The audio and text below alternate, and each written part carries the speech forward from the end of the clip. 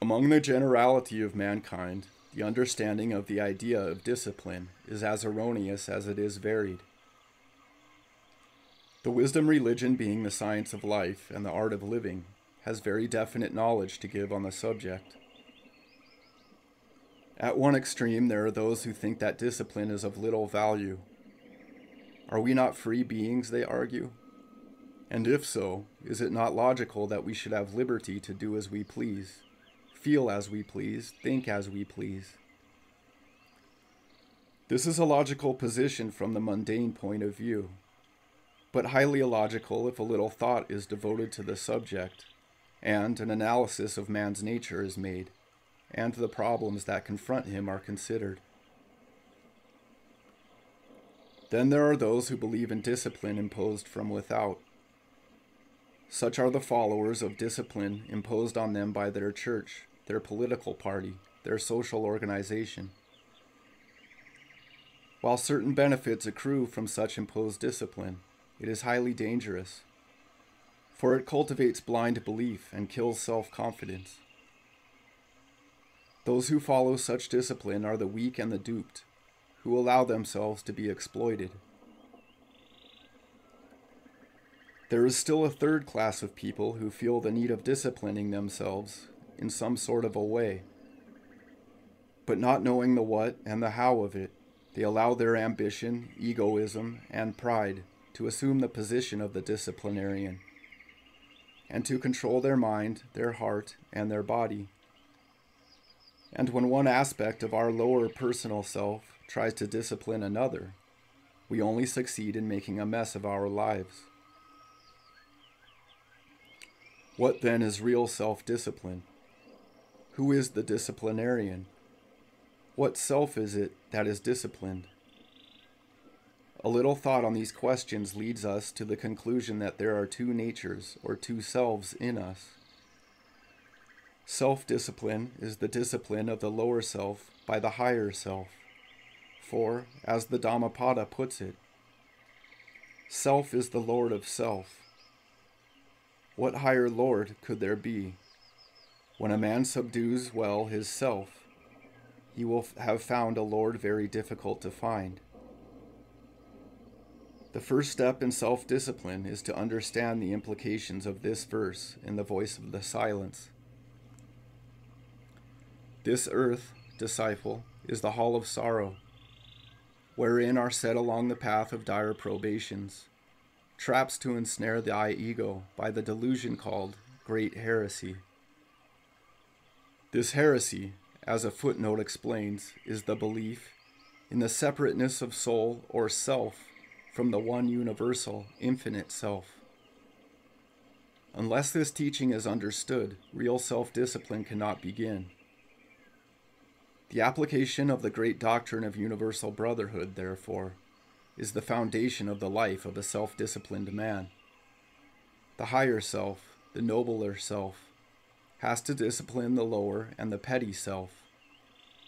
But that discipline cannot begin unless we know what the nature and character of that higher self is, and recognize that it is a ray of the one universal self. Self-discipline is based on self-knowledge. It becomes necessary, therefore, to study metaphysics and to see cosmic ultimates. For then we know that the higher self knows on its own plane and can transfer that vision to the plane of the lower self, if the latter fulfills the necessary conditions. In the exercise of self-discipline, three departments of our nature have to be dealt with: body, heart, and mind. We should begin with the mind, it being the direct first instrument of the soul. We have to reach that fixity of mind in which no breeze, however strong, can waft an earthly thought within. And to do so, we are told, "Withhold thy mind from all external objects, all external sights. Withhold internal images, lest on thy soul light a dark shadow they should cast." The perception of that soul light, the realization of our true nature, and an employment of the powers that belong to it, is the object of all advancement. What hinders us is the thinking principle, the Raja of the senses, the great producer of illusion. The mind has been called the great slayer of the real. "Let the disciple slay the slayer," says the voice of the silence.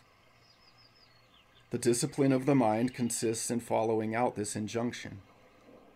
The disciple, who is the real man, the spiritual man, has to act as such, and for that he needs a proper instrument in the shape of a well-controlled and well-directed mind. Our minds, which are like mirrors, have become covered over with the dust of our illusions. This dust has to be brushed away with the gentle breezes of soul wisdom, and to do so we are asked to blend the mind and the soul. Then follows a becalmed condition of the mind, and that mind of ours, which has once contracted, perverse, and devilish, becomes the reflector of the light of the divine within. The discipline of the heart, the seat of feelings and emotions, comes next, for it is an instrument of the mind. Unless the mind is controlled in some measure, the heart cannot be controlled. Our hearts are often erratic, sometimes volcanic, at other times sluggish, rarely awakened. Of the man whose heart is not at rest, it has been said, "The uncontrolled heart, following the dictates of the moving passions, snatcheth away his spiritual knowledge, as the storm, the bark upon the raging ocean." The man whose desires enter his heart, as waters run into the unswelling passive ocean, which, though ever full, yet does not quit its bed, obtaineth happiness, not he who lusteth in his lusts. The discipline of the heart consists in awakening it with the help of the mind and lighting it with the fire of intelligence. The feeling nature has to be controlled and purified by the greatest of all purifiers, spiritual knowledge. With knowledge must be combined compassion, that feeling of infinite tender mercy, and thus we come to possess that higher feeling by which we perceive accurately and understand the truth of things. But those fast fixed in the lower emotions cannot acquire knowledge or unfold compassion, and their minds perverted by wrong feelings will bring them wrong understanding, and they will indulge in wrong practices. Hence the need for training, culturing, disciplining the emotions, so that with their help great virtues may flower forth. The aphorism that should always be remembered is, "Make your mind compassionate and your heart intelligent." And thus, mind and heart united, we come to the discipline of the body. The discipline of the body consists in recognizing that it is but a vesture for the soul, and having recognized this, in obtaining mastery over it. We have to guard against the senses making a playground of the mind. The senses and organs which impel to action in every direction have to be restrained, for then only can one dwell at rest in the nine-gate city of his abode. The body has been called the true river of Lethe, for souls plunged into it forget all, their divine origin, their sacred mission, and their final destiny. The relation of the body, the physical sheath, to the inner, the real man, has to be seen. The body has to be looked upon as a temple in which the immortal spirit dwelleth. It follows that blind asceticism is a folly and is utterly useless for the spiritual development. Those deluded and false ascetics who practice severe self-mortification and torture the powers and faculties which are in the body are of an infernal tendency, says Krishna. The Gita also gives us what the right type of mortification is. Honoring the gods, the Brahmins, the teachers, and the wise, purity, rectitude, chastity, and harmlessness are called mortification of the body. Gentle speech, which causes no anxiety, which is truthful and friendly, and diligence in the reading of the scriptures are said to be austerities of speech. Serenity of mind, mildness of temper, silence, self-restraint, absolute straightforwardness of conduct are called mortification of the mind. The 6th chapter of the Gita speaks of the divine discipline which can only be attained by the man who follows the path of moderation in all things.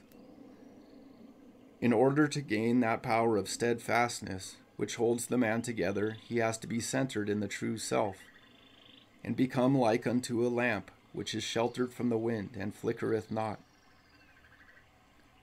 This supreme discipline is to be attained by helping nature and working on with her. And nature in her turn reveals herself in all her glory to the disciple who has learnt the lessons of true discipline and leads him on to the goal. This divine discipline has been taught by divine teachers who come to this sorry world of ours from time to time, not to exploit the minds and hearts of people, but to awaken and energize them, so that they may become masters not only of their own selves, but of the universe, and become avenues through which the rays of the pure spirit may shine.